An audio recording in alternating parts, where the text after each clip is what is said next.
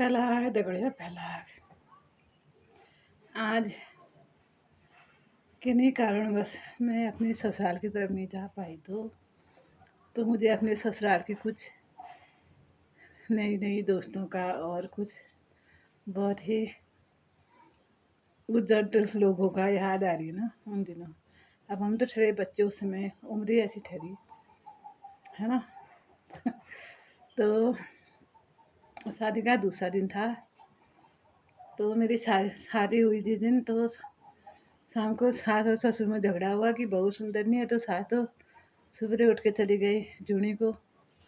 तो उन दिनों हमारे पास पड़ोस में रहती थी मुन्नी दी ने कहा भाई आज तो हत्ता कटाने है, 8 बजे से जाना है। तो हम लोग चले गए, मुन्नी दी मैं लच्छू हत्ता कटान में घुस गए। मुन्नी दी तो परफेक्ट ठहरी, वो तो पहुंच गई, इस पार से उस पार पहुंच गई ठहरी वो, घास काटते बच गई लच्छू और मैं। तो हम दोनों ने देखा कि सारे लोगों ने तो ऐसे आउट हो गए हमारे अगल बगल से, ऐसी दौड़ लगाई इन लोगों ने कि वो हमको नज़र ही नहीं आ रहे थे पूरे जंगल में कि वो दोनों लोग हैं कहाँ। तो भाई हमने कहा क्या करें, फिर दौड़ना तो हमारे बस की है नहीं। तो हमने वहीं पर जो दौड़ते हुए लोगों ने पीछे कुछ कुछ घास छोड़ा था, उस घास को काटते हुए हम आगे बढ़ रहे थे। तो कुछ दूर घास काटने के बाद जब हम घास काटते काटते कुछ दूरी पर पहुँचे, वहाँ हमने सोचा चलो अब सब लोग अपना अपना घास समेट रहे हैं तो हम भी अपना घास समेट के डुक्के में डालते हैं। डुक्को हमारे खुद नहीं हो, फिर लेगा हम घास भी मरा डुक्को भी मरा उड़े घास उतने घास ने भी बच घास हुआ ही नहीं हम दोनों के पास। तो फिर पीछे से वो बूआ आए जो सरपंच थे उस वक्त, सुधारपुर और भवनडाणा हमारा कसबाबू। तो मैं कहा भाई कहाँ है तुम्हारा घास, हमने कहा ऐसे काट के पीछे छोड़ा था, अब है ही नहीं घास पीछे।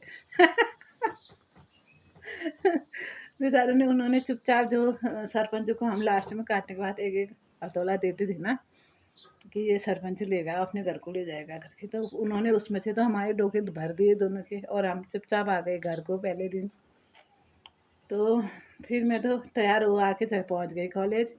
दूसरे दिन फिर गए घास काटने, तो दूसरे दिन भी हमने दौड़ नहीं लगाई क्योंकि वो खूब चढ़ाई वाला क्षेत्र था। तो हम लोग, एक तो मैं बचपन में बहुत ज़्यादा मोटी थी और एक तो मैं चढ़ाई में चढ़ नहीं पाती थी, ऊपर से जो पिरौले होते हैं ना, पिरौले में पैर फिसल जाते हैं।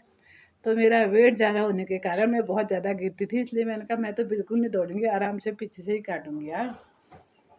तो फिर दूसरे दिन से थोड़ा हम चालाक हो गए, जितना भी जो भी हथौला काटते थे वो डुक्के के अंदर ही रखते थे, फिर पीठ में ही डुक्का रखते थे और एक एक हथौला काट के डुक्के के अंदर ही डालते जाते थे। तो इसी तरह हम रोज़ अपने लिए एक डुक्का आधा डुक्का जितना भी बना पाते थे घास ले आते थे घर को, और घर आने के बाद मेरे को तो कॉलेज भी जाना पड़ता था, सवेरे 6 बजे निकल जाते थे हम उस हफ्ते में। तो सवेरे सवेरे क्या रौनक आई रहती थी ना। रोज़ हम देखते थे कि उस हफ्ते में औरतें आपस में एक दूसरे से इतनी बेतरती से लड़ाई करते थे, बस बहुत ही झगड़ा होता रहता था और पूरा जंगल हिला ही रखते थे ना वो लोग। तो अब हम लोग नए नए थे तो उस माहौल में अंदाज भी नहीं आता था, बस चुपचाप घंटों बैठ के उनकी लड़ाइयाँ देखते रहेंगे घास हाथ छोड़ के।